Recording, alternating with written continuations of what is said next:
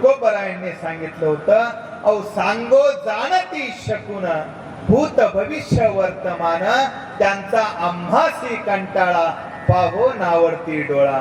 हे लोक आम्हाला डोळ्यांनी पाहायला सुद्धा आवडत नाही आणि आपण मात्र डोळे वटारून वटारून ते कधी दिसतील याची वाट पाहतो आणि मग आपलं कल्याण होतं का नाही.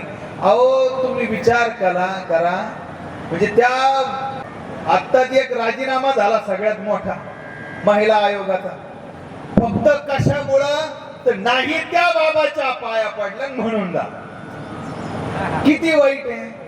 पण गेल्या कशासाठी होत्या, माझं काहीतरी चांगलं व्हावं म्हणून. तिचं तर झालंच नाही पण बाबाचंही वाटोळं झालं, त्यांचंही वाटोळं झालं. म्हणजे किती वाईट आहे.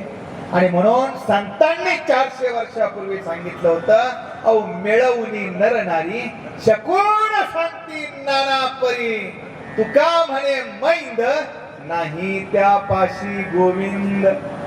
ही माणसं लबाड आहेत, यांच्या जवळ तुम्हाला देव भेटणार नाही. देव कुठे आहे तर देव आपल्या अंतरात्म्यात आहे. जे का रंजले गांजले त्यासी म्हणे जो आपुले तोची साधू ओळखावा देव तेथीची जाणावा. हो आपल्या देवाऱ्यात देव आहे. पंढरपूरच्या पांडुरंग हा आपला देव आहे. आपण हे सगळं सोडून देतो.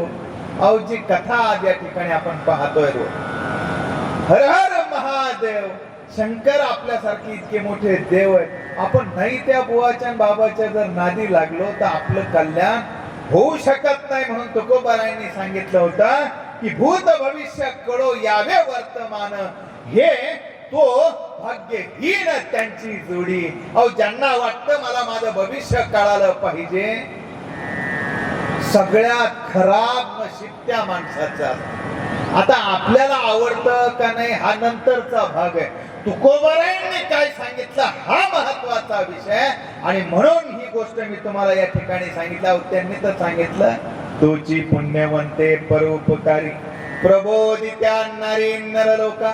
अहो माणसं आणि बाया एकत्र केल्यावर त्यांचं भविष्य नाही सांगत बसायचं, त्यांचं प्रबोधन करायचं, त्यांना शहाणं करायचं.